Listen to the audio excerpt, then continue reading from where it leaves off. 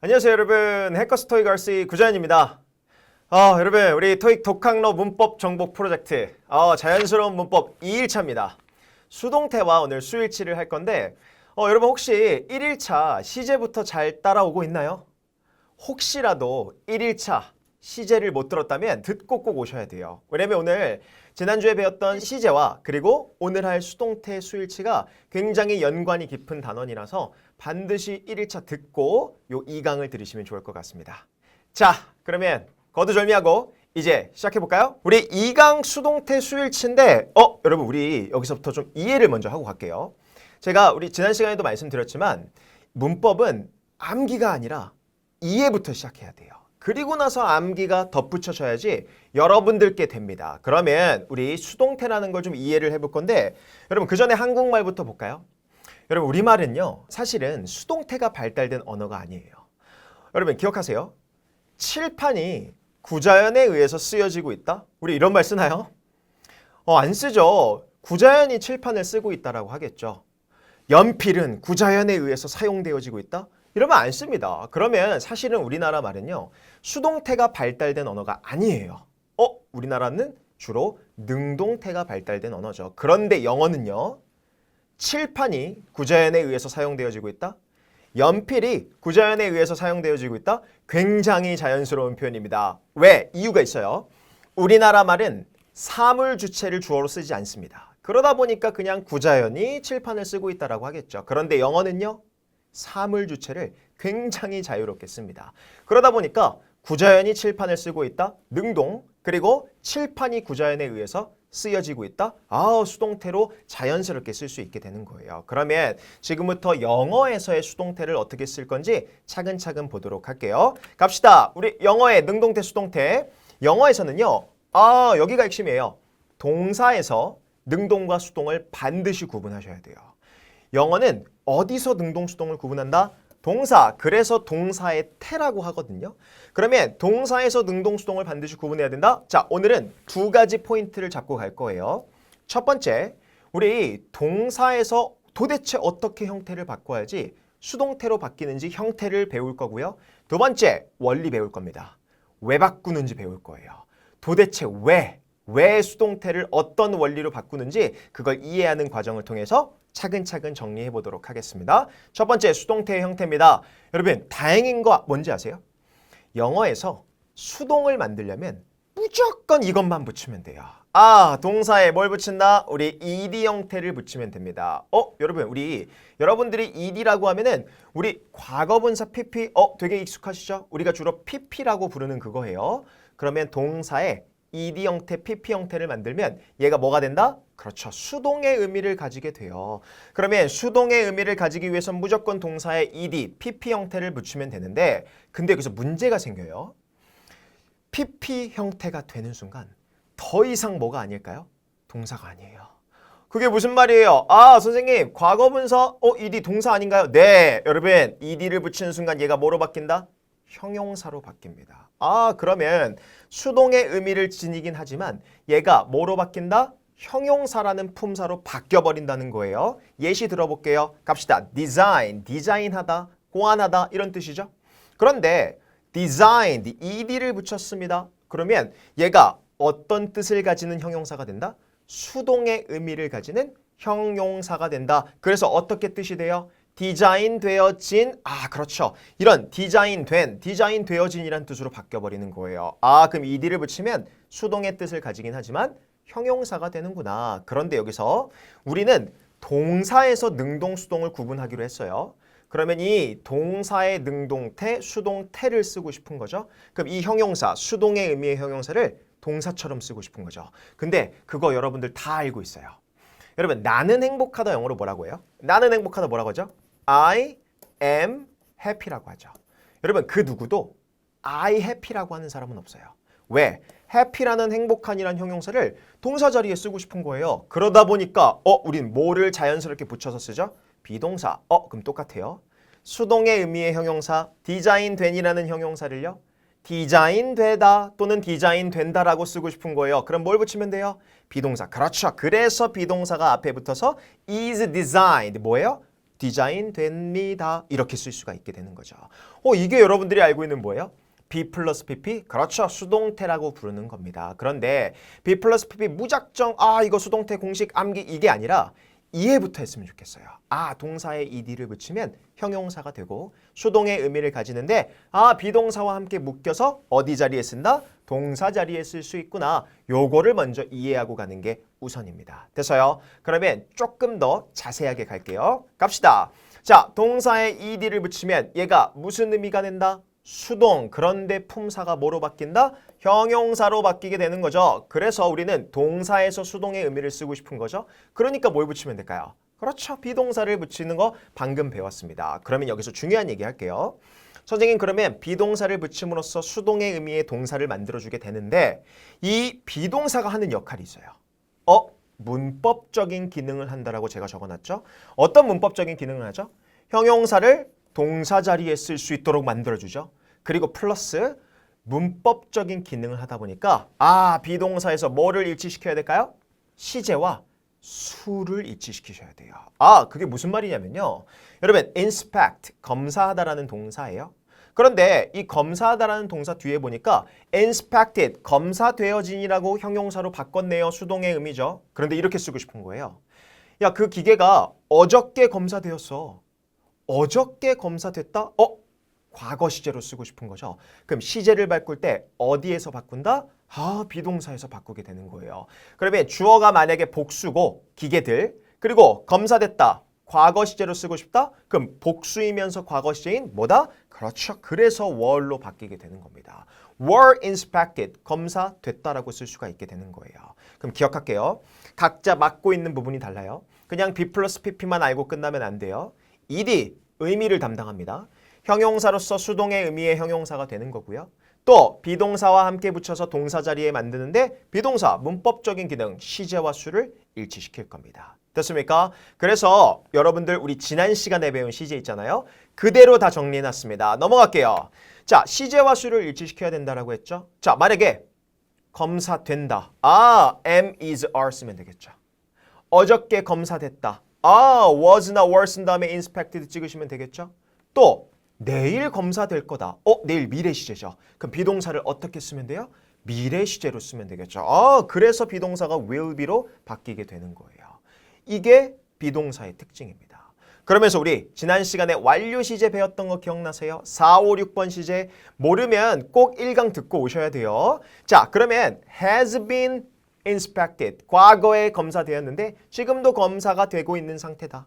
또 had been inspected, will have been inspected. 그럼 뭐예요? 비동사에 have 플러스 ed형을 붙여서 이렇게 형태를 바꿔서 ed 형태와 함께 쓰이면서 이렇게 묶어서 하나의 뭐로 만든다? 하나의 동사의 수동태 형태로 만들어서 쓴다는 겁니다. 이게 우리가 말하는 수동태의 형태예요. 됐습니까? 그러면 수동태의 형태 그냥 B 플러스 PP 암기 끝 이게 아니라 ed부터 했어요. 동사에 ed를 붙임으로써 형용사를 만들고 그러면서 비동사까지 붙여서 형태를 변형해서 시제와 수까지 묘사한다. 요것만 기억하시면 좋을 것 같습니다. 됐나요? 자, 그럼 이제 원리를 배워보도록 할게요. 갑시다. 자, 능동태를 수동태로 바꾸는 원리. 그러면 왜 바꾸는지 먼저 우리는 이해를 해야 돼요. 그러면 우리 능동태 문장에서 그렇죠. 목적어를 주어로 보내면서 수동태가 됩니다. 근데 왜? 이유를 이해해야 돼요. 그럼 밑에 문장부터 한번 볼게요. 갑시다. 그들은요 제출한대요. 뭐를? 보고서를. 누가 봐도 주어 동사 목적어 문장이네요. 그러면 이 문장이 어떤 태로 쓰였는지 우리가 파악을 해볼 건데 선생님 우리 수동태만 형태를 배웠지 능동태는 따로 형태를 안 배웠잖아요. 네, 따로 형태가 없습니다. 여러분 중립은 없어요.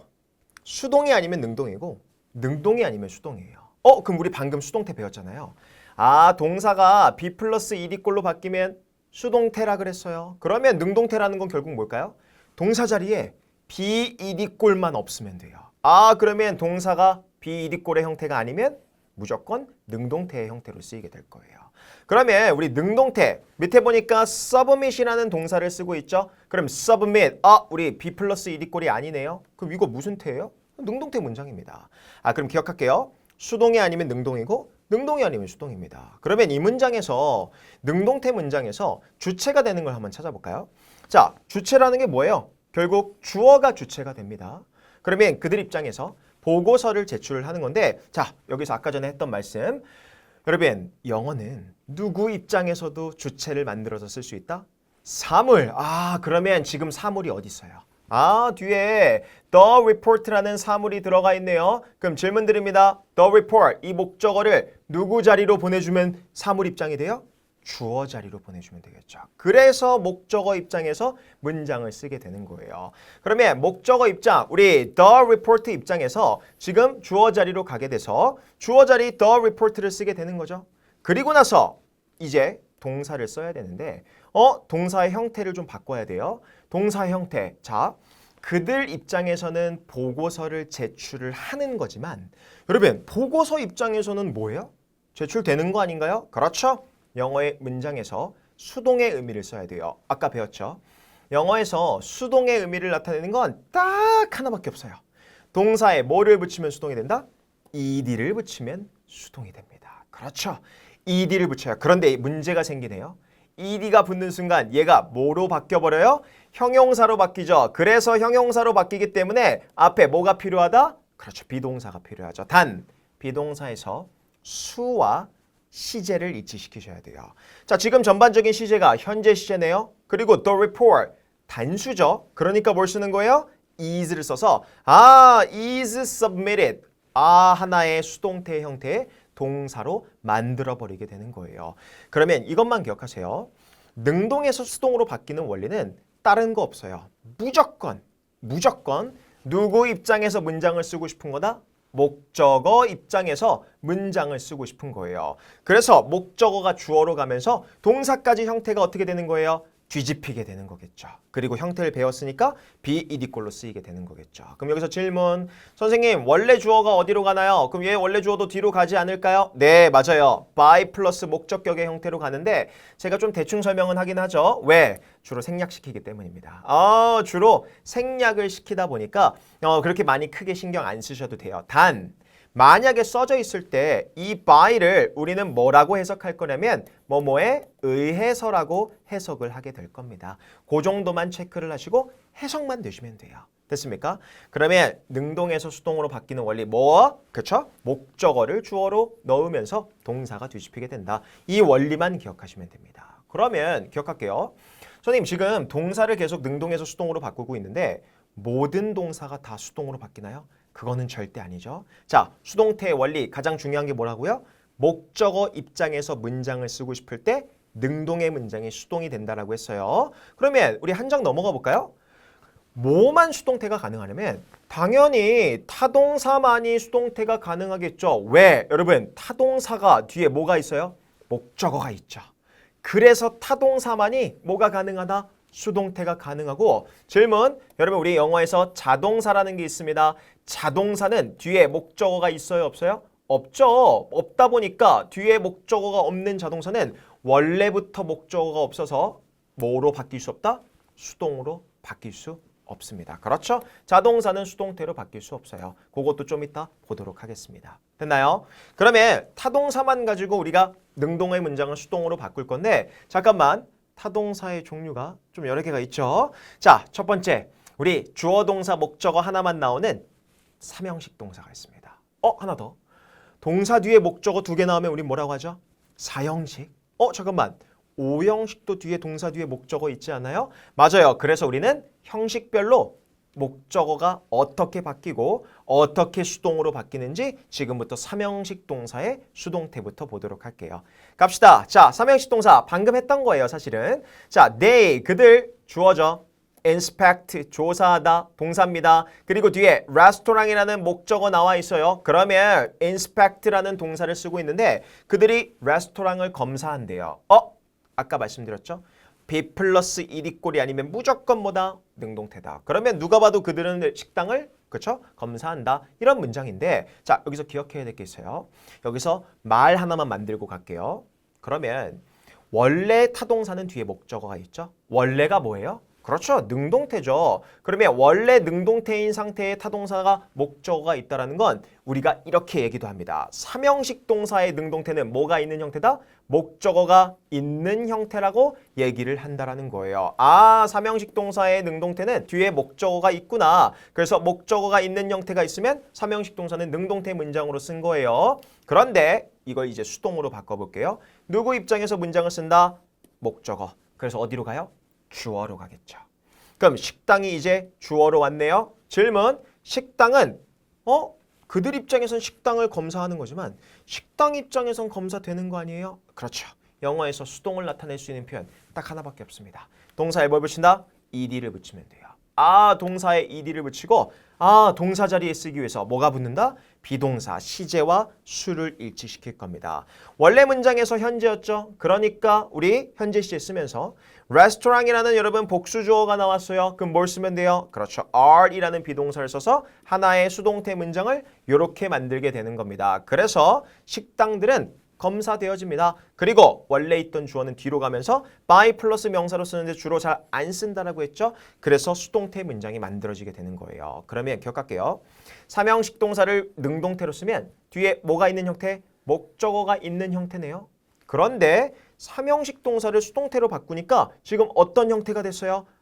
뒤에 보니까 목적어가 더 이상 없는 형태가 됐죠. 왜? 원래 있던 목적어가 주어로 갔으니까. 그래서 우리는 이걸 뭐라고 부르냐면 삼형식 동사의 수동태를 목적어가 없는 형태라고 우리가 부르기도 합니다. 그러면 목적어 있으면 능동이고 목적어 없으면 수동이라는 말이 여기서 나오게 되는 거예요.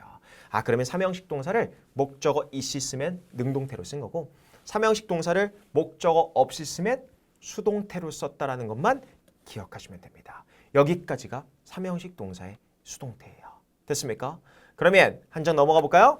이번엔 사형식 동사의 수동태도 있을 거예요. 사형식 동사의 수동태. 그러면 사형식의 원래 문장의 형태부터 한번 익혀봐야겠죠. 사형식은요. 주어 다음에 동사 다음에 목적어만 몇 개 나와요?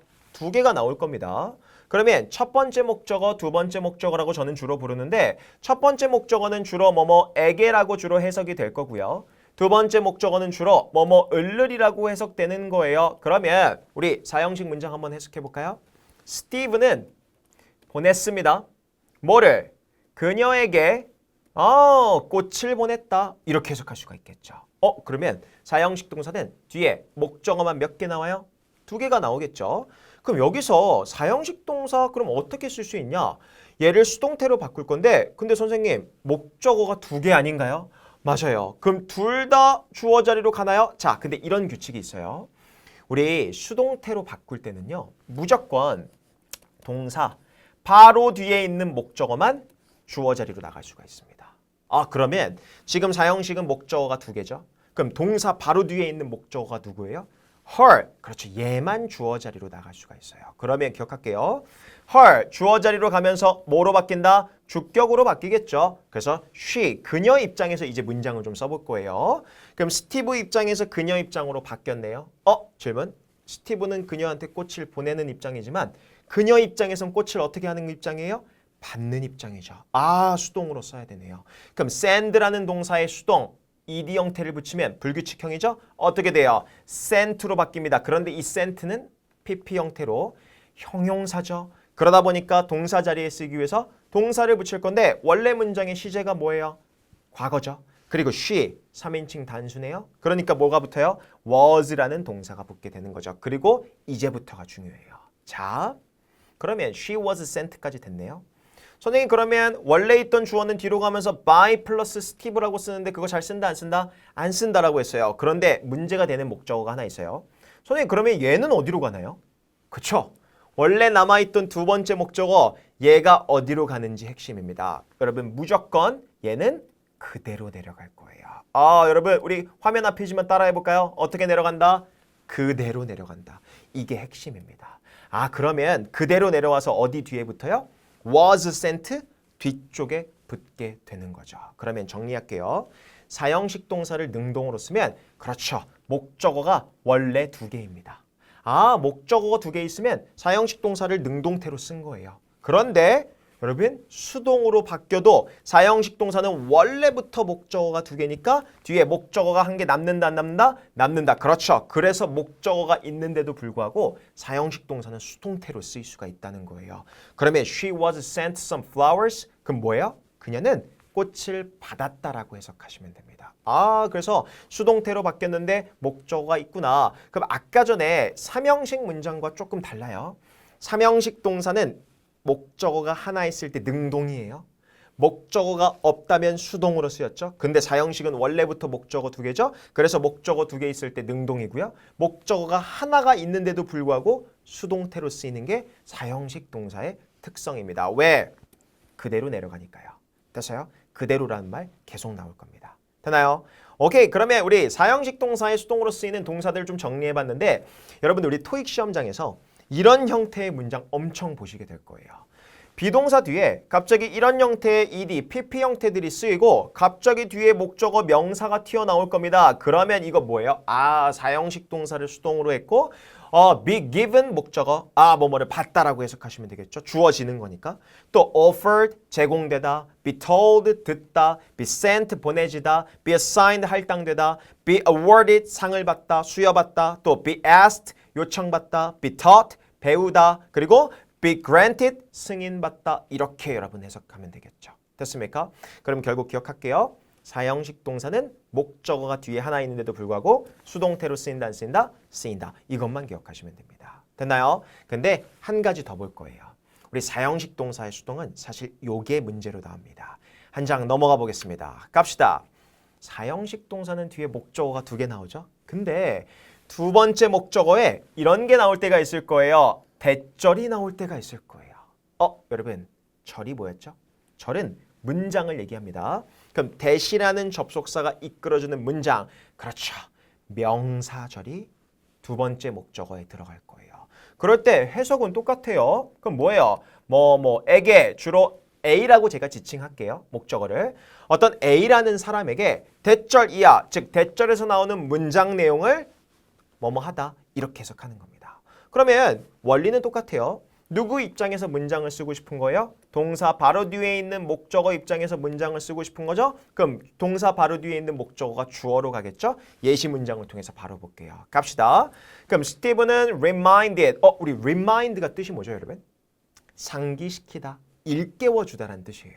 그래서 여러분 혹시 아이폰 쓰시는 분들 미리 알림 어플이라고 있거든요. 그 기본 어플 중에. 근데 그거를 우리 영어 버전으로 아이폰을 바꾸면 어떻게 되는 줄 아세요? Reminder이라고 바뀌어 있을 거예요. remind의 명사형입니다. 일깨워주고 미리 알려주는 거죠. 그거의 동사형 상기시키다라는 뜻이에요. 근데 우리 이 remind라는 동사는 뒤에 목적어가 두 개 오고요. 특히 두 번째 목적어에 대절이 오는 그런 동사입니다. 볼까요? 우리 Miss Green이라는 사람 목적어 하나 나왔죠? 제가 A라고 지칭할 거예요. 그리고 뒤에 뭐가 나왔어요? 그렇죠. 대절 목적어가 이렇게 나와 있네요. 그럼 이거 문장 어떻게 해석할까요? 스티브는 그린 씨에게 상기시켜줬대요. 뭐를? that 이하의 내용을. 그럼 그 회의가 was at 2 p.m. 2시였다라는 것을 그린 양에게 뭐예요? 상기시켜줬다. 그렇게 해석하시면 되는 겁니다. 그러면 우리 사형식 동사니까 목적어 뒤에 두 개 나와 있죠? 근데 누구 입장에서 문장을 쓰고 싶다? 목적어, 그렇죠? 그린 씨 입장에서 목적어 입장에서 글을 써볼게요. 그럼 그린 씨가 어디로 가요? 우리 주어 자리로 가겠죠? 그럼 동사를 써야 되는데 여러분 스티브 입장에선 우리 그린이라는 사람한테 상기시켜 준 거죠. 근데 그린이라는 사람 입장에서는 상기를 받은 거고 일깨워짐을 받은 거네요. 수동으로 써야겠죠. 생략하고 빨리 갈게요. was reminded라고 우리가 쓸 수가 있겠죠. 그러면 was reminded. 우리 상기되어졌다. 이렇게 쓸 수 있을 것 같아요. 그런데 여기서 질문 드릴게요. 스티브는 뒤로 가면서 by Steve 생략한다 그랬죠. 그럼 이제 또 뭐만 남아요? 그렇죠. 얘만 뒤에 덩그러니 남아있을 겁니다. 아까 했어요. 얘 어디로 내려간다? 그대로 내려간다. 그렇죠. 그대로 어디 뒤에 붙게 되는 거예요? was reminded 뒤에 그대로 붙어버리는 거예요. 여러분 이 수동태의 핵심은 그대로 내려간다가 핵심이에요. 무조건 어디로 딴 데로 가는 거 아니에요? 그대로 동사 뒤로 내려가게 될 거예요. 그러면 Miss Green, Green이라는 사람은요. was reminded. 상기되어졌대요. 무슨 내용을? 이 뒤에 나오는 that 이하의 내용을 상기받았겠죠. 그럼 뭐예요? 회의가 2시였다라는 것을 상기받았다, 상기되었다 그렇게 해석하고 넘어가시면 됩니다. 그래서 위에 보시면 제가 어떤 형태로 바꿔놨어요? 4형식 동사 뒤에 A 대절꼴이라고 저는 부르거든요. 그래서 A 대절꼴로 쓰이는 remind A 대절, 또 좀 이따 배울 거예요. convince A 대절, notify A 대절, 또 inform A 대절 이런 것들이 있는데 밑에 볼게요. A가 주어 자리로 나오는 순간 수동태 B 플러스 PP꼴로 바뀌죠. 그리고 대절이 어디로 내려간다? 그대로 내려가게 될 겁니다. 이게 4형식 동사 수동태에서 가장 빈출되는 포인트입니다. 됐어요? 오케이, 그러면 이렇게 주로 쓰이는 동사들을 또 봐야겠죠? 갑시다. 이렇게 쓰이는 동사들입니다. 그래서 대절이 뒤에 바로 수동태 표현으로 붙어버리는 거예요. 그럼 대절이라는 게 두 번째 목적어 있었던 게 수동태 표현과 함께 쓰여서 어떻게 된다? 그렇죠? 우리 이렇게 뒤에 붙어서 be convinced 대절, be informed 대절, be notified 대절, be reminded 대절, 또 be assured 대절, be warned 대절, 설득되고 통지받고 알려지게 되고 상기되어지고 확신되어지고 그리고 경고를 받는 뜻으로 주로 쓰이게 될 겁니다. 눈으로 익히는 작업을 하셔야 합니다. 됐나요? 오케이. 자, 그러면 이제 마지막 남았네요. 뭐 남았을까요? 5형식 동사 수동 남았죠. 넘어가 보도록 하겠습니다. 갑시다. 자, 그럼 5형식의 문장의 형태부터 좀 볼까요? 자, 5형식, 우리 어떻게 쓰이는 걸 5형식이라고 하죠? 주어 다음에 동사 쓸 거고요. 목적어 하나 나오고, 그렇죠. 우리 목적격 보어가 나와요. 이 목적어를 보충 설명해주는 목적격 보어가 나오는 걸 5형식 문장 구조인데, 선생님 근데 목적어 입장에서만 문장을 쓴다면서요. 그럼 얘는 기껏해야 목적어 하나잖아요. 그럼 제 입장에서만 문장을 쓰면 되겠네요. 맞아요. 완전 정답입니다. 근데 5형식 동사라고 따로 정리하는 이유가 있나요? 눈으로 익히기 위해서예요. 왜? 얘가 있잖아요. 목적격 보어가 얘 그러면 여러분들 이미 눈치채셨을 거예요. 어디로 내려간다?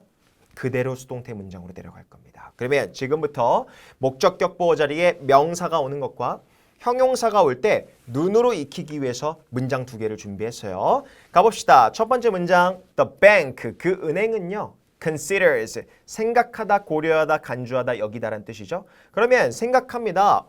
the investment, 이 명사가 목적어겠죠. 그 투자를 뭐라고 여기고 있대요? 그렇죠. 우리 실패라고 여기고 있는 거예요.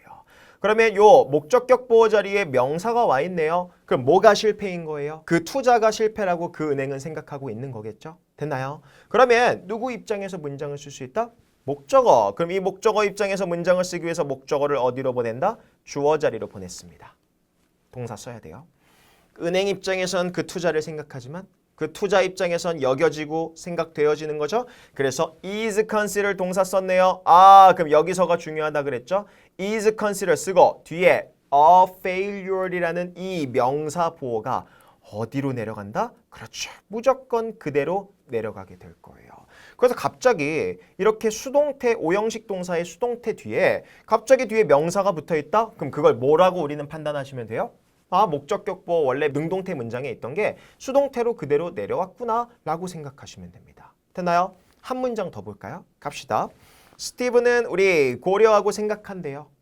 이번엔 새로운 매니저라는 목적어가 나왔네요. 새로운 매니저를 어떻다라고 생각하는 거예요?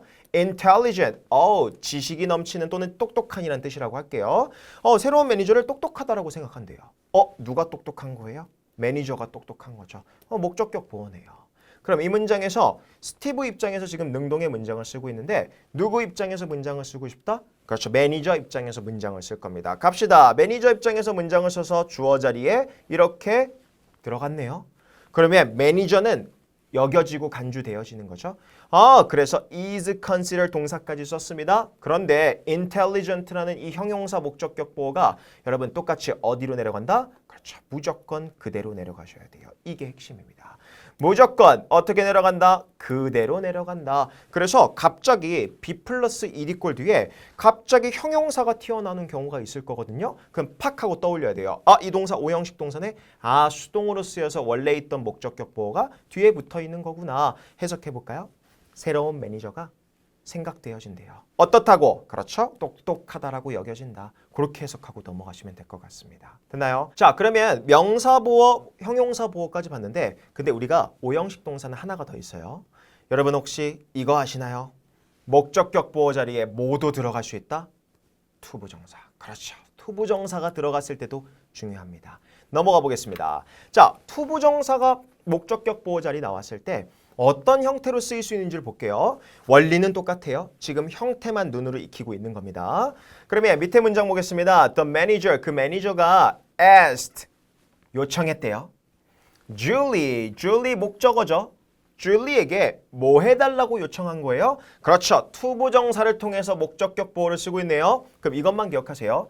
투부정사를 통해서 목적격 보호를 쓴다는 건 이 목적어에 뭐를 묘사해준다? 주로 동작을 묘사해 줄 겁니다. 그러면 줄리가 뭐 하기를 요청한 거예요? To participate in the morning meeting. 그렇죠. 아침 회의에 참석하기를 요청했다. 그래서 저는 얘를 뭐라고도 부르냐면 목적어를 A라고 지칭하고 A2 동사 원형꼴의 문장 형태라고 불러요. 그럴 때 이 문장 어떻게 해석한다? A가 뭐뭐 하기를 또는 A가 뭐뭐 하길이라고 해석하면 굉장히 자연스럽게 한국말로 해석하게 될 거예요. 그럼 그 매니저가 줄리가 뭐 하기를 요청했어요? 아침, 오전 미팅을 조금 참석하기를 요청해줬어. 그렇게 여러분 해석하면 되는데 줄리 목적어 나와 있네요. 그럼 이 문장 누구 입장에서도 문장을 쓸 수 있을까요? 줄리 입장에서 문장 쓸 수 있겠죠. 그럼 줄리가 어디로 가요? 그렇죠. 주어로 가겠죠. 그 다음에 동사를 쓸 건데 줄리가 요청을 받은 거니까 was asked라고 썼습니다. 똑같아요. 오늘 이 수동태의 핵심은 무조건 뒤에 있는 덩어리는 어떻게 내려간다? 무조건 그대로 내려가게 될 겁니다. 그렇죠. 투부정사가 그래서 be 플러스 pp꼴 뒤에 붙어서 그대로 내려가게 돼서 우리 이거 많이 들어보셨을 거예요. be, ed, 투부정사꼴. 얘가 이렇게 만들어지는 거예요. 그럼 be 플러스 pp 다음에 투부정사가 나오는 형태 많이 수거처럼 외우셨을 텐데 얘네가 만들어지는 원리는 결국 뭐예요? 오형식으로 쓰였을 때 A2 동사 원형꼴의 동사를요. 수동태로 바꾸면 be, pp, 투부정사꼴로 투부정사가 바로 그대로 뒤에 붙어버린 형태가 된다는 겁니다. 자, 그러면 이렇게 쓰이는 또 동사들이 있겠죠? 넘어가 볼게요. 갑시다. 자, 외우셔야 돼요. 여러분 많다라고 생각하지 마시고 요 정도는 외워야지 내가 토익 볼 수 있구나. 그럼 be asked 동사원형, 또 be requested to 동사원형, be required to 동사원형 쭉쭉쭉쭉 해서 다 정말 핵심적인 것들을 정리해놨으니까 꼭 외워주시고 뜻이랑 매칭시켜서 많이 보셔야 돼요. 그럼 여러분 외울 때 제가 팁 하나 드릴까요? 단어를 외울 때 팁은요. 막 나 이거 무조건 외워야지 막 이렇게 힘을 줘서 외우면 오히려 더 안 외워질 수도 있어요. 저는 이렇게 해요. 그냥 편하게 20번 읽어봐야지. 선생님 그게 외우는 거잖아요. 이렇게 생각할 수 있는데 그러니까 마음을 편하게 생각하고 계속해서 여러 번 보라는 거예요. 단어는 무조건 반복입니다. 아시겠죠? 제가 차차 강의하면서 단어 외우는 방법도 노하우도 또 전달해 드리도록 하겠습니다. 자, 그러면 우리 넘어가서 이번에 계속해서 타동사의 수동태를 좀 배우고 있었는데 여러분 아까 제가 말씀드렸어요. 능동의 문장이 수동으로 바뀌는 원리는 뭐라 그랬죠? 무조건 목적어입니다. 목적어 입장에서 문장을 쓰기 위해서 그 원래 능동이었던 문장이 수동으로 바뀌게 되는데 자 질문 자동사는 원래부터 뒤에 목적어가 있다 없다? 없죠. 원래 디폴트 자체가 목적어가 없는 동사예요. 그러면 원래부터 목적어가 없다라는 건 주어 자리로 나갈 수 있는 목적어가 있다 없다? 없죠. 그래서 수동태가 가능하다 불가능하다? 불가능합니다. be 플러스 ed꼴 아예 수동의 형태로 쓰이지 않을 거예요. 여러분 대표적인 자동사 있습니다. occur, 발생했다라는 우리 동사죠. 그럼 차 사고가 롭슨 스트리트에서 발생했습니다. 그러면 선생님 이거 occurred, 자동사긴 한데 was occurred라고 쓰면은 발생됐다, 되는 거 아닌가요? 여러분 지금 그거 뭐 하고 있는 거예요? 한국어를 가지고 영어를 끼워 맞추고 있는 거죠. 여러분 절대로 그러시면 안 돼요. 한국어에서 발생됐다, 그럼 영어에서도 수동태 쓸 수 있는 거 아닌가? 여러분 어떤 언어를 배우든 한국어가 기준이 되시면 안 돼요. 영어는 영어가 기준이 돼야 돼요. 자동사는 원래부터 목적어 없기 때문에 was occurred라는 형태는 아예 영어에서 존재하지 않는 형태예요. 근데 이게 한국어로 발생됐다라고 된다라고 해서 되는 게 아닙니다. 그래서 한국말로 막 끼워 맞추다 보면은 힘들어져요. 물론 맞아떨어지는 부분들도 있을 거예요. 그렇기 때문에 우리는 원리 원칙을 배워야 되고 영어 본질을 이해하셔야 됩니다. 됐어요? 자동사는 절대로 수동이 가능하다 불가능하다? 불가능하다. 그것만 기억하시면 될 것 같습니다. 됐나요? 자, 그래서 우리 자동사로 쓰이는 것들을 제가 또 정리해봤는데 여기에 있는 것들은 다 무조건 어떤 형태가 불가능하다? be 플러스 ed꼴의 형태가 불가능합니다. 그래서 be 플러스 ed꼴의 형태 불가능하다는 거 기억하시고 오랜만에 자동사 나왔으니까 여러분들 한 번씩 눈으로 익혀보시면 좋을 것 같아요. be 플러스 ed꼴 절대 불가능합니다. 그거 여러분 기억하시면 돼요. 자, 그러면 여기까지 좀 수동태를 좀 배워봤는데 자, 우리 수동태 하면서 우리 뒤에 전치사가 붙는다라고 했어요. 주로 by 플러스 명사가 원래 있던 명사로 가면서 붙는다라고 했죠. 그런데 by 플러스 명사는 주로 뭐 한다? 생략시킨다라고 했죠.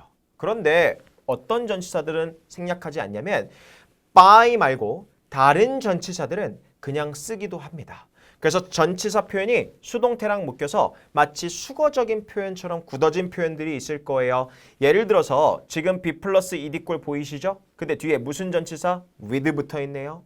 또 be 플러스 ed꼴 보이시죠? 뒤에 무슨 전치사 붙어 있어요? in이라는 전치사 붙어 있네요. 또 is dedicated be 플러스 ed꼴 뒤에 무슨 전치사? to라는 전치사 붙어 있네요. 그렇죠? 그럼 이렇게 다양한 전치사와 함께 쓰이는 표현들은 암기하셔야 됩니다. 그것들을 어디에 정리해놨다? 자, 제가 꾹꾹 눌러 담아서 정리했어요. 여기서 with, into 전치사별로 정리해놨고 일단은 우리가 요 강의, 유튜브 강의를 통해서 요 정도만 일단 알고 있어도 좋을 것 같아요. 그 중에서 우리 여러분들 정말 많이 보시게 될 거 be satisfied with가 있죠. 뭐뭐에 만족하다라는 뜻이죠. 됐나요? 또 뭐 be pleased with 뭐뭐에 기뻐하다, 뭐뭐에 만족하다. 또 여러분 정말 중요해요. be impressed with 뭐뭐에 감명받다라는 뜻으로도 쓰여요. 또 하나 더 be interested in 우리 여러분 이 표현은 정말로 많이 알고 계시죠? in이라는 전치사가 붙고요. 어디에 관심이 있다는 뜻으로 쓰이고요. 두 번째 우리 be dedicated to 명사 이렇게 전치사 써가지고 뭐뭐에 헌신하다 전념하다라는 뜻으로도 우리가 쓰일 수가 있습니다. 됐어요? 그래서 다양한 전치사랑 쓰이는 표현들은 암기해 주시면 좋을 것 같아요. 되나요? 암기할 때 어떻게 해라? 여러 번 읽어보는 거예요. 회독을 꼭 하시기를 제가 권고드릴게요. 자, 그러면 이제 주어 동사의 이제 수일치로 좀 넘어가 보도록 하겠습니다. 우리 수동태가 끝났어요. 근데 수일치를 제가 왜 묶어놨냐면 여러분 우리 지난 시간에 배웠던 우리 뭐예요? 시제 어디서 바꿔요? 동사에서 바꾸죠. 또 방금 배운 능동태, 수동태 어디서 능동태, 수동태를 표현해요? 동사에서 표현하죠. 그리고 수, 어떤 수래요? 주어와 동사의 수일치예요.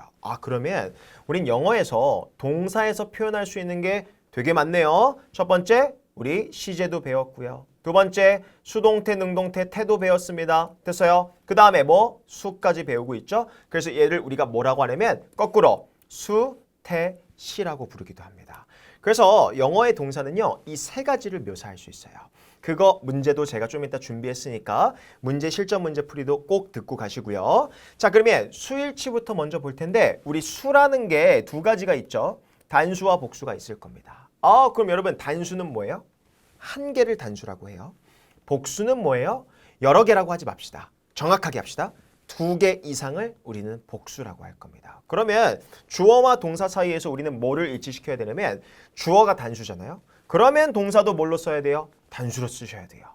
만약에 주어가 복수면요. 동사도 복수로 사용해야 됩니다. 그렇죠? 그러면 우리 오늘 동사를 단수로 쓸 때, 동사를 복수로 쓸 때, 즉 단수동사의 형태와 복수동사의 형태를 짧게 익혀볼 거예요. 그러면 단수동사부터 가볼까요? 자, 그럼 주어가 단수일 때 우린 단수동사 네 가지로 제가 묶어놨어요. 네 가지의 형태를 좀 이해할 건데 첫 번째, 우리 단수를 쓸 때는요. 현재 동사 쓸 때 뒤에 뭘 붙인다? 그렇죠. s를 붙여서 쓸 겁니다. 현재 동사에 뭐가 붙는다? s가 붙는다. 첫 번째 형태가 현재 분사에 s 붙는 형태고요. 두 번째, 우린 비동사를 써도 수를 일치해야 돼요. 여러분, 그럼 비동사의 단수가 뭘까요? is예요? are예요? is죠. 그렇죠. is를 쓸 거고요. 비동사는 신기하게도 과거 시제로 바뀌어도 수가 존재합니다. was예요? were예요? 그렇죠. was가 되는 거고 또 우리 have 동사에 s를 붙이면 어떻게 돼요? haves가 아니라 형태가 바뀝니다. has로 바뀌게 됩니다. 그래서 우리 단수 동사의 네 가지 형태 일부러 제가 묶어놨어요. 첫 번째, 현재 동사에 뭐가 붙는다? s가 붙고요. 두 번째, is, 세 번째, was, 그리고 마지막 has. 그래서 현재 동사의 s, is, was, has. 이게 입에 붙어 있어야 돼요. 그냥 단수 동사 뒤에 이렇게 쓰는구나. 그렇게만 알고 있으면 안 돼요. 우리는 뭐를 준비하는 사람들이에요? 시험을 준비하는 사람들이죠. 그러면 단순히 지식만 쌓으시면 안 돼요. 시험장에서 내가 실제로 쓸 수 있도록 연습을 시켜두셔야 되는데 여러분 이 단수동사, 복수동사는 기본이에요. 꼭 입으로 연습해 보시고요. 밑에 문장을 통해서 잠깐 볼게요. 그럼 a teacher, 여러분 주어가 다 뭐예요? 단수네요. 그러니까 현재 동사의 s 또 is, was, has를 쓰고 있죠. 그렇죠? 이렇게 쓰게 되는 겁니다. 아, 현재 동사 s, is, was, has 이렇게 쓰는 거고요. 두 번째, 그럼 복수 동사의 형태도 네 가지입니다. 그럼 여러분 복수 주어가 나오면 복수 동사를 쓸 텐데 아까 전엔 s를 붙였죠? 이제는 s 붙여요, 안 붙여요? 안 붙이죠. 그렇죠. s가 안 붙는 뭐? 동사 원형을 쓰게 될 거예요. 두 번째, is가 아니라 are, was가 아니라 were, 그리고 has가 아니라 동사 원형 have를 쓰게 될 겁니다. 그럼 이 네 개도 입에 붙어야 돼요. s 안 붙는 뭐? 동사 원형, 그리고 are, were, have. s 안 붙는 뭐? 동사 원형 are, were, have. 이렇게 입에 붙여 놓으셔야 됩니다. 그러면 밑에 teachers라는 주어, 복수 주어가 나와 있죠. 그러니까 동사 attend, are, were, have 이런 꼴로 쓰이고 있는 거 보이시나요? 근데 여기서 우리가 실수하면 안 돼요. 만약에 여기에 s 붙은 동사랑 선택 문제가 나왔다라고 칩시다. 여러분 teachers 복수니까 복수니까 attend s 붙여야겠지 하면은 순간 헷갈리면 순간 그 한 문제 틀려버립니다. 절대로 헷갈리지 않게 연습을 하셔야 되는 게 이 수일치 단원이에요. 됐습니까? 여기까지가 1단계입니다. 1단계. 그럼 우리 2단계로 넘어가 볼까요? 여기서부터 조금 복잡해져요. 자, 2단계입니다. 만약에 주어 자리에 이런 게 나올 때가 있을 거예요. 주어 자리에 갑자기 A 전치사 B 꼴이 나올 때가 있을 겁니다. 선생님 그게 무슨 말인가요? 무슨 말이냐면 A라는 명사, B라는 명사가 전치사를 기점으로 양쪽으로 있을 때가 있을 거예요. 예를 들어 볼게요. 밑에 문제 보겠습니다. 1번 문제. Researchers, 우리 연구원들이네요. 그리고 뒤에 뭐가 있어요? in이라는 전치사가 있죠. 그 다음에 the marketing department라는 홍보 부서라가 있네요. 그러면 우리 앞에 있는 명사를 제가 A라고 임의로 지칭을 할 거고요.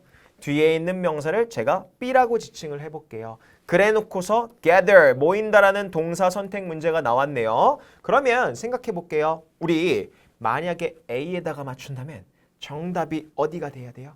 왼쪽이 돼야 되겠죠. 왜? 복수니까 왼쪽이 정답일 수도 있고요. 만약에 B에다가 맞춘다면 B, department, 단수 명사죠. 그러다 보니까 단수 동사로 써야 돼요. 뭘 붙여야 돼요? s를 붙여서 동사도 써야겠죠. 그러면 이거 충분히 헷갈릴 수 있거든요. 근데 이것만 기억하세요. 제가 기준을 세워드릴게요. 주어 자리에 만약에 A 전치사 B 꼴이 나왔다. 그렇죠. 우리는 무조건 어디에 동사의 수 맞춘다? A의 주로 동사의 수를 맞출 거예요. 왜? 이유가 있어요. A 뒤에 전치사 플러스 명사는 괄호 쳐볼게요. 왜 괄호 칠 수 있죠? 여러분 전치사 플러스 명사는 무슨 역할을 한다? 영어에서 수식어 역할을 하죠. 그렇죠? 수식어 역할을 하다 보니까 얘 사실 없어도 그만인 애들이에요. 그럼 전치사 플러스 B는 없어도 그만이고 실질적인 주어가 누가 된다? A가 되겠죠. 그래서 A에 우리는 동사의 수를 주로 일치시킵니다. 그럼 1번 문제 다시 돌아가 볼까요? 갑시다. 우리 in the marketing department 괄호 치시고요. 그러면 얘가 뭐가 되는 거예요? researchers가 우리가 실질적인 주어가 되는 거고 복수에 맞추는 gather, gather이라는 복수 동사를 찍게 되는 거예요.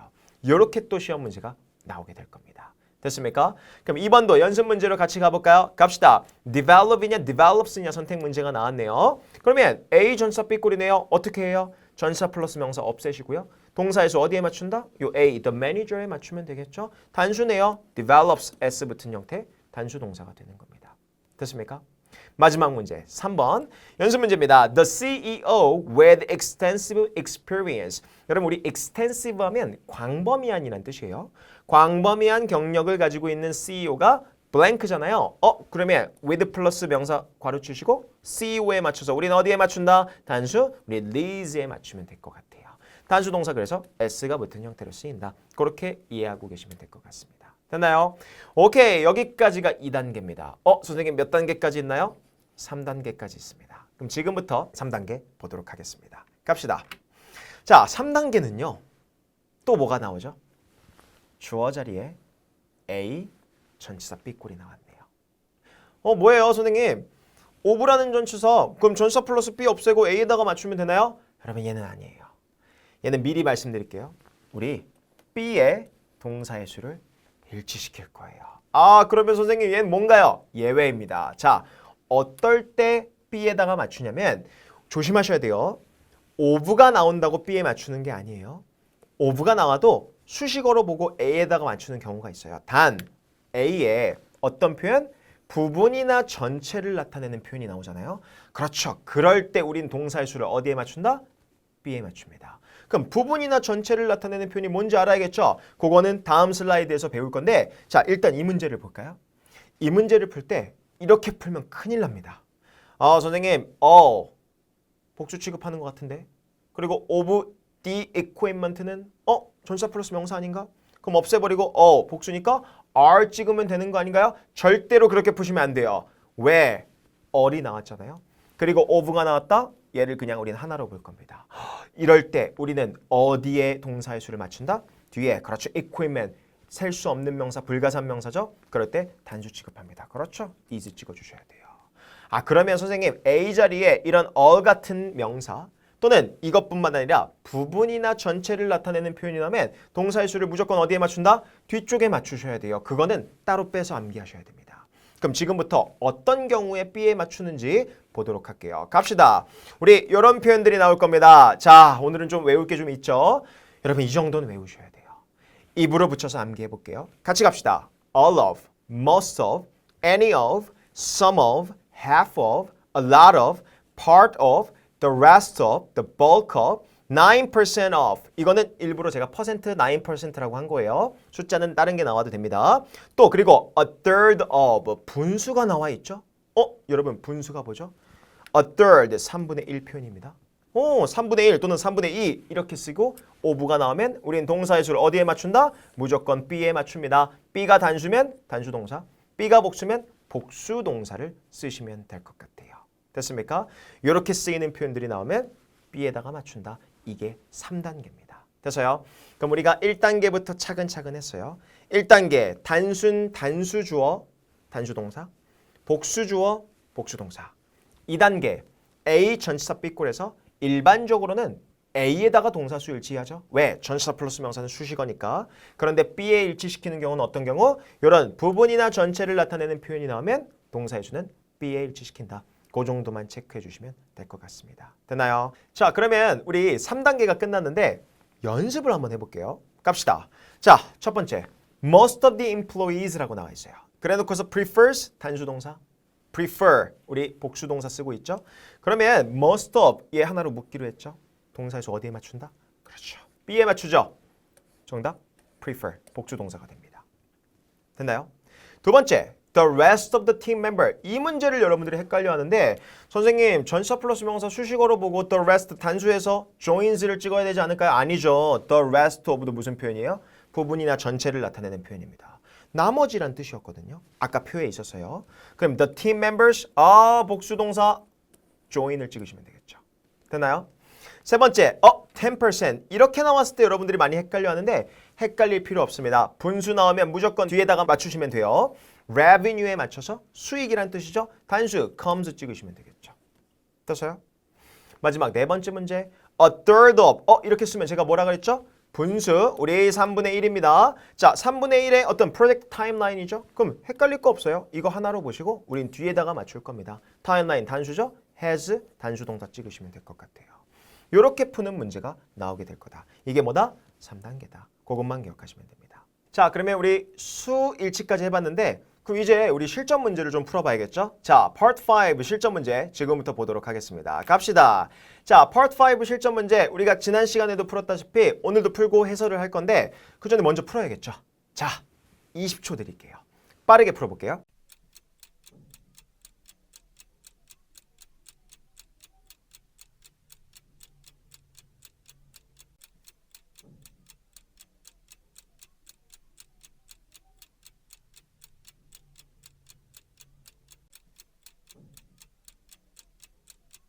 자, 풀어보셨나요? 자, 갑시다. 괜찮아요. 다 못 풀었어도 됩니다. 자, 어떻게 푸는지 보여드릴 건데 여러분 Part 5 볼 때 무조건 뭐부터 보기로 했죠? 보기부터 보기로 했어요. 아, 보기를 보니까 잠깐만요. 보기를 딱 봤는데 이거 문법 문제긴 한데 A, B, C, D가 다 뭐죠? 동사죠. 아, 여기서 오늘 중요한 얘기 하겠습니다. 만약에 보기가 다 동사라면 이거부터 먼저 체크하셔야 돼요. 뭐? 아, 동사의 수태시부터 우리는 파악해야 됩니다. 여러분, 수태시 아까 했었는데 수가 뭐죠? 단수 복수. 태가 뭐예요? 능동수동. 그리고 시가 뭐죠? 시제입니다. 그러면 동사에서는요, 이렇게 세 가지를 다 표현할 수 있어요. 그래서 동사의 수태시라고 부를 거고, 만약에 보기가 모두 동사라면 무조건 수태시를 무조건 판단하셔야 돼요. 그러면 A부터 한번 판단해 볼까요? 자, A번 implemented라고 있어요. ed가 붙은 동사인데, 자, 제가 방금 힌트 드린 거예요. 동사예요. 그러면 수부터 판단해 볼까요? 근데 이게 있어요. 일반 동사의 과거 동사는 수를 따로 판단하지 않아요. 그럼 일단 수는 오케이예요.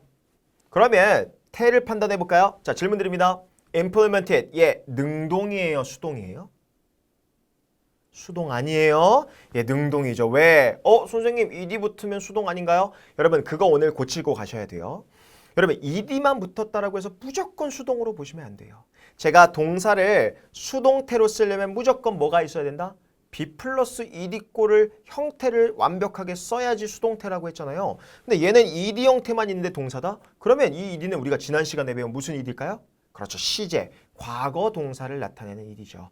오늘 배운 그 pped랑 전혀 다른 겁니다. 그럼 여러분 영어는요. 이렇게 모습이 똑같은데 다르게 쓰이는 것들이 좀 많아요. 그 중에 하나가 이 ed 형태고 이 ed 형태는 그냥 과거 시제를 나타내는 동사가 되겠죠. 되나요? 그럼 B번 수태시 볼게요. B번 was implemented라고 되어 있어요. 잠깐만. was 단수죠? 그럼 얘는 수는 단수겠네요. 질문 드립니다. 얘 능동이에요, 수동이에요? 그렇죠. 얘가 바로 수동이 되죠. 왜? ed가 있는데 앞에 be 플러스 ed꼴로 나와 있죠? 그럼 수동이겠죠. 됐어요?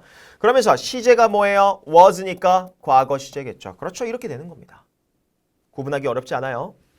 were implementing이 있죠. 그러면 얘 단수예요, 복수예요? 일단 복수네요. 그러면 were implementing, 자, 얘 능동이에요, 수동이에요? 능동이겠죠. 왜? BD꼴 없으면 무조건 수동입니다. 중립은 없어요. 수동이 아니면 능동이고 능동이 아니면 수동이 될 거예요. 그럼 were implementing, 그럼 시제는 뭘까요?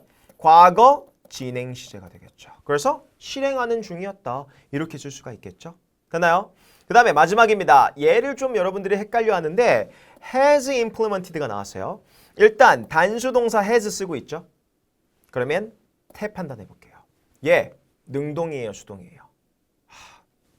능동이죠. 왜? 선생님 ed가 있는데요. 자, ed가 있다고 무조건 수동태로 보시면 안 돼요. 자, 항상 ed가 있으면 앞에 있는 걸 보세요. 앞에 있는 동사가 뭐가 아니죠? 비동사가 아니네요. have 동사네요. 그러면 얘는 능동이고 시제가 그냥 뭐일 뿐인 거예요? 지난 시간에 배운 현재 완료 시제일 뿐인 거죠. 그렇죠. 이렇게 기억하시면 되는 겁니다. 그러면 기억할게요. 보기를 봤는데 모두가 동사다?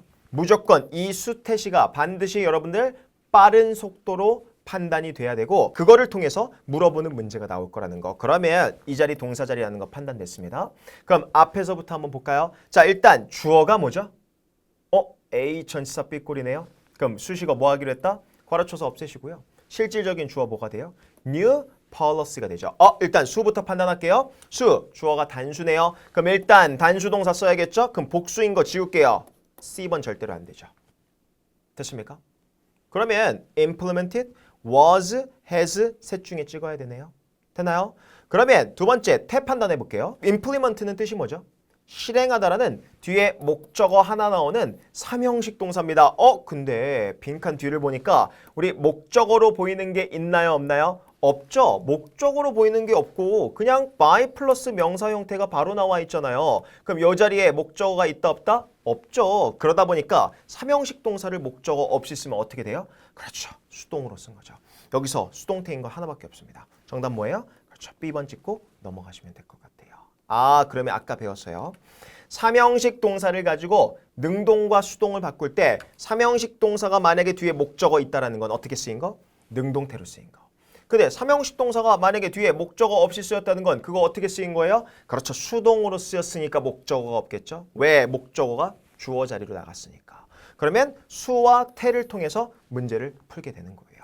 이렇게 선택하는 문제가 나올 거예요. 됐습니까? 그럼 정확하게 형태를 기억하고 계셔야 됩니다. 됐습니까? 됐습니까? 오케이, 2번 문제 갈게요. 자, 그럼 2번 문제 얘도 20초 드릴게요. 빠르게 풀어볼게요. 시작!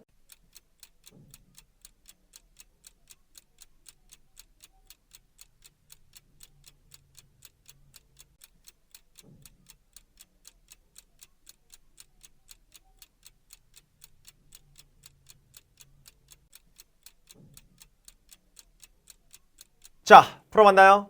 오케이, 가볼게요. A, B, C, D 보니까 또 뭐 나왔어요? 아, 다 동사들의 묶음이죠. 여러분, 동사들의 묶음이면 무조건 뭐부터 판단해라? 그렇죠. 수태시부터 갈 겁니다. 그러면 얘가 동사라는 게 판단이 됐네요. 그러면 우리 이번엔 주어부터 한번 볼까요? 주어 자리에 이렇게 employees라는 복수 주어가 나와 있네요. 그러면 주어가 복수니까 동사도 어떻게 써야 돼요? 복수 형태로 써야 되죠. 그럼 지우면서 갈까요? A번 단수예요, 복수예요? 단수죠. 그럼 절대로 안 되겠죠? has 안 됩니다. 그 다음에 will inform. will은 조동사니까 단수 복수 표시할 수 없죠. 그럼 얘는 일단 보류. was 단수 그리고 were 복수죠. 그러면 뭐예요? was 단수인 거 지워야겠죠. 그러면 정답은 B번 아니면 D번 둘 중에 하나가 될 거고 두 번째 뭐 판단하기로 했어요? 수를 판단하셨으면 그 다음 태를 판단해야겠죠. 태 볼게요. 자, will inform. 자, 지금 이 동사의 형태에 be 플러스 ed 꼴이 있나요? 없죠? 그럼 얘 뭐예요? 능동의 형태겠죠. 밑에 볼게요. were informed. 비동사 플러스 ed 꼴이 있네요. 얘 그럼 무슨 형태예요? 수동의 형태겠죠. 그러면 능동, 수동 구분을 할 건데 여기서 중요한 얘기 할게요.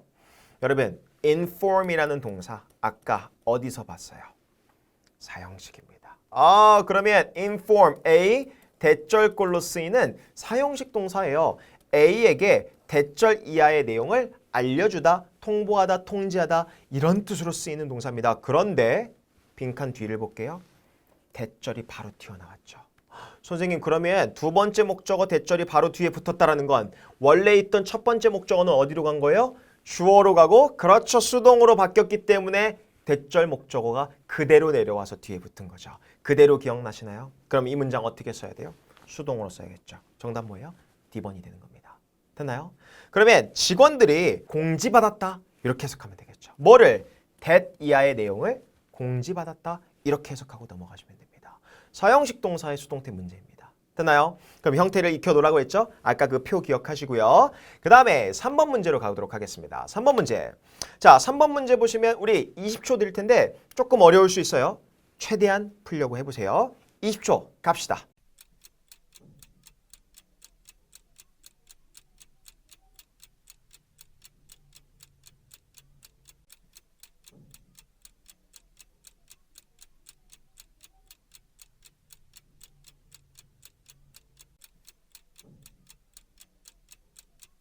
자, 풀어봤나요? 자, 그러면 A, B, C, D 봤어요. remind라는 동사를 여러 형태로 바꿔놨어요. 그러면 동사가 나오면 무조건 뭐부터 판단해라? 우리 수, 태, 시부터 판단할 겁니다. 수, 태, 시를 판단할 건데 빈칸 앞을 보니까 주어가 뭐예요? 복수 주어죠. 그러면 수부터 판단해볼까요? are 복수, are 복수. is는 절대로 안 되죠. 질문 D번. S가 안 붙어있네요. 그럼 얘 복수 동사네요. 그럼 A, B, D만 남게 돼요. 수 판단하니까 A, B, D만 남게 되고요. 두 번째, 태 판단하겠습니다. 자, remind 어떻게 쓰이는 동사죠? 사실 얘는 쓰임이 조금 많습니다. 여러분 아까 전에 두 번 다 나왔어요. 우리 remind는 일단 뜻이 뭐였죠? 상기시키다. 그래서 여러분 얘는요. 사형식으로도 쓰여요. remind A 대절꼴로도 쓰이고요. 그 다음에 오형식 동사로도 쓰입니다. 아까 어디서 봤죠? A to 동사 원형꼴로도 쓰입니다. 그러면 remind는 A에게 대절 이하의 내용을 상기시켜주다라는 뜻도 되지만 A가 투부정사 하도록 상기시켜주다 이렇게 오형식으로도 쓰이는 동사입니다. 그러면 빈칸 뒤를 살펴볼까요? 뒤를 보니까 투부정사가 바로 붙어 있어요. 왜 투부정사가 바로 붙어 있을까요? A 투부정사꼴로 쓰인 이 동사의 형태를요. 수동태로 바꾸면 목적어 A가 주어로 오고요. 그 다음에 B 플러스 ED꼴로 remind를 쓰고 여러분 아까 했던 거 마지막입니다. 투부정사가 어디로 내려간다? 그대로 내려간다. 그렇죠? 그래서 뒤에 투부정사가 붙은 형태인 거예요. 그러면 투부정사 목적격 보어가 붙은 상태이기 때문에 여기 동사는 어떤 형태가 들어가야 돼요? 수동의 형태가 들어가야겠죠? 수동의 형태 하나밖에 없습니다. 정답 A번이죠. 왜? B 플러스 ed 꼴이니까 A번 찍고 넘어가시면 돼요. 그럼 뭐뭐 하도록 상기되어집니다. 그럼 직원들은 그들의 원래 어떤 보고서를 제출하도록 상기되어집니다. 그렇게 여러분 해석하고 넘어가시면 될 것 같아요. 여기까지가 또 오형식 동사의 수동태 문제입니다. 되나요? 자, 그럼 그 다음 4번 문제로 보도록 하겠습니다. 갑시다. 자, 4번 문제. 우리 A, B, C, D 보니까 동사들의 선택 문제인 것 같아요. 자, 어렵지 않아요? 선택 문제 풀어볼게요. 20초 드릴게요. 시작!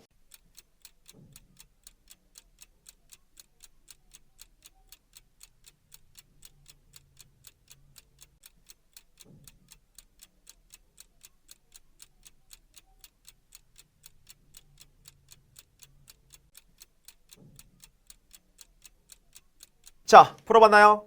갑시다. 자, 이 문제 A, B, C, D 동사죠. 그럼 또 수태시 판단할 겁니다. 빈칸 앞에 뭐가 있어요? 우리 터널 씨, 우리 이름이 T라는 사람인 가진 터널이라는 사람이에요. 그럼 단수 주어잖아요. 그럼 단수 동사 찍어야겠죠. 근데 얘는 정말 쉽게 정답이 나오죠. 얘 단수 아니죠. 그리고 얘도 복수고요. 얘도 복수네요. 아, was elected 밖에 안 됩니다. 단, 이 문제를 제가 낸 이유가 있어요. 여러분, 이 문제를 알아봤으면 좋겠어요. 그냥 단순히 was elected, 터널 씨가 선출되었다 이러고 끝나는 게 아니라 이해를 좀 하시면 좋을 것 같아요. 문장을 좀 익히고 여러분들이 나중에 이 비슷한 문장이 나왔을 때 해석을 잘 하시면 좋을 것 같습니다. 자, 뒤에 the chairman이라는 거에 동그라미 한번 쳐볼 건데 여러분, chairman, 의장이란 뜻이에요. 그러면 the chairman of the board, 그 이사회 의장이 됐다라는 거죠. 그런데 이 명사 갑자기 왜 튀어나왔을까요? 여러분, elect는 원래 무슨 동사예요? 오형식 동사입니다. 그래서 elect A, B라고 예를 들어볼게요. 그럼 A를 뭐로? B로 선출하다라는 오형식 동사로 쓰이는 동사입니다. 그러면 오형식 동사로 쓰이다 보니까 이 B가 무슨 격보어? 목적격 보어가 되는 거예요. 그러다 보니까 우리 A가 주어 자리로 나가면서 그러면서 동사가 B 플러스 elected로 바뀌는 거죠. 그리고서 이 B 목적격 보어는 어디로 내려간다? 무조건 그대로 내려가게 될 거예요. 아, 그럼 A, 여기선 터널 씨죠. 터널 씨가 선출됐대요. 뭐로? B, 의장으로 선출되었다. 목적격 보어가 명사가 뒤에 그냥 덩그러니 붙어버린 형태가 되는 거예요. 눈으로 꼭 익혀두시면 좋을 것 같아요. 됐습니까? 그거 기억하시고요. 자, 그 다음에 5번 문제로 가보도록 하겠습니다. 5번 문제. 자, 5번 문제도 풀 시간 드려야겠죠? 자, 20초 드립니다. 시작!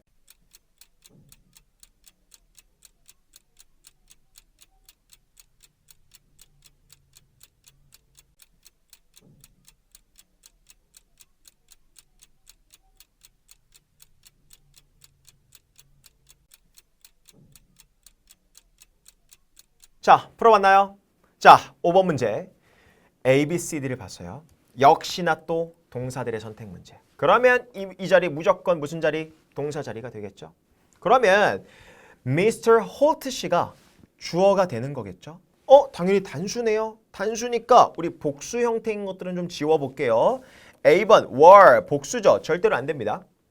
그 다음에 B, C, D는 B는 일단 단수 복수 판단할 수 없고요. C번, D번은 단수잖아요. 그럼 일단은 B, C, D만 가능해요. 두 번째, 태 판단해 볼게요. 능동태, 수동태. 자, 질문 드릴게요. 빈칸 뒤에 바로 또 뭐 나왔어요? 대절이 나왔죠. 대절이 나왔다고 수동이 아니에요. 자, 동사를 보셔야 돼요. 우리 notify라는 동사가 있죠. 이거 아까 뭐랑 동의어일까요? inform이랑 동의어입니다. 얘네 둘 다 어떻게 쓰이죠? A, 대절꼴로 쓰이는 사형식 동사죠. 그런데 notify라는 동사가 보기에 나왔는데 뒤에 대절이 그대로 나와 있다? 무조건 수동으로 바뀐 겁니다. 왜? A라는 목적어가 주어로 가고요. B, ed꼴로 여러분 쓰인 다음에 여 대절이 어디로 내려간다? 그대로 내려간다. 그러면 여기 A, B, C, D 중에 수동인 형태를 찍을 건데 수동태의 형태는 무조건 뭐와 뭐? 비동사와 ed가 붙은 형태. 정답 C번으로 찍고 넘어가시면 됩니다. 그러면 우리 홀트 씨는 통보받았다라는 뜻으로 해석이 되겠죠. 뭐를 통보받은 거예요? 이 대절 이하를 통보받은 거겠죠. 그의 비행편이 다시 일정이 변경됐다라는 것을 통보받았다. 그렇게 해석하시면 되겠죠. 됐습니까? 오케이. 마지막이에요. 6번 문제. 마지막 문제 풀어보겠습니다. 자, 20초 드릴게요. 시작.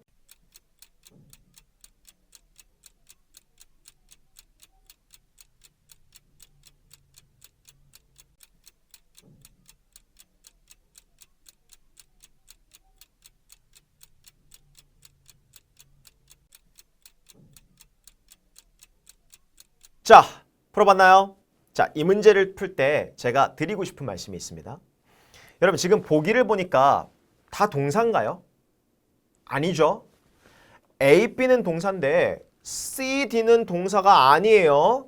에이 선생님, 저희 오늘 수일치 단원 배웠잖아요. 그러니까 당연히 답은 A, B 중에서 나오겠죠. 그렇게 생각하고 문제 풀잖아요. 실제 시험장에서 정말로 어려워져요. 왜? 우리는 지금 어쩔 수 없이 수동태와 능동태를 배우고 수일치를 배웠기 때문에 그 관련된 단원의 문제를 풀고 있기는 하지만 여러분 그렇게 접근하는 법을 배우시면 안 돼요. 아, 수동태 시간이니까 수동태가 정답이겠지. 여러분 그거 누굴 위한 문제 푸는 거예요. 그럼 기억할게요. 어떤 문제가 어디서 나오든 실제 기출로서 내가 시험장에서 볼 때 어떻게 눈이 따라가는지 그거를 판단하셔야 돼요. 그러면 A, B, C, D 논리적인 구조를 볼게요. 위에 두 개는 동사고 밑에 두 개는 동사가 아니네요. 그러면 이 빈칸 자리가 동사일 수도 있는 거고요. 아닐 수도 있는 거예요. 그렇죠. 그거부터 판단하시면 좋을 것 같아요. 그러면 빈칸의 앞뒤를 보면서 우리는 뭐부터 찾는다? 동사부터 찾을 겁니다. 자, 빈칸의 앞뒤에 동사가 있어요? 없어요? 없죠.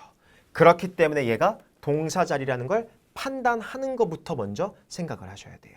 그러면 동사 자리네요. 그러다 보니까 C번, D번은 동사가 아니죠. to랑 ing 붙으면 동사 아닙니다. 그리고 나서 A, B 이렇게 남아져 있네요. 그러면 A, B 이제 동사끼리 나왔죠? 그 다음에 뭐 해라? 수태시 파악하겠습니다. 그런데 수태시 파악할 필요 없이 수만 바뀌어 있죠. is 단수고 are 복수네요. 근데 앞에 보니까 뭐가 있어요? half of the team. 질문 드릴게요.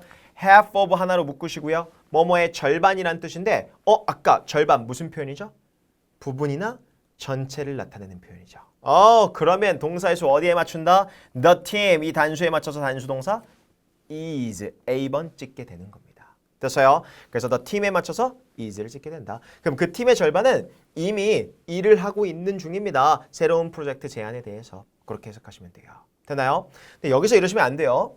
선생님 적어도 팀원은 여러 명일 거고 그 중에서 절반이면은 그래도 2명 이상 복수 아닌가요? 여러분 이렇게 감성적으로 접근하시면 안 돼요. 문법은 형태예요. 형태 the team 단수잖아요. 그러면 뒤에 단수 동사 쓰시면 됩니다. 됐습니까?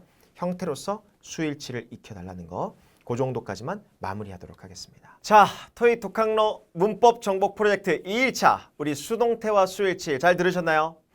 여러분 우리 실전 문제까지 따라오느라고 정말 고생 많으셨어요. 근데 여러분 여기서 그치면 안 돼요. 집에 가서 복습하셔야 돼요. 복습을 해야 여러분들께 됩니다. 우리 7일차까지 더 남았으니까 구독, 좋아요, 알림 설정하시고 우리 끝까지 함께 가도록 하겠습니다. 다음 상강에서 만나요. 안녕.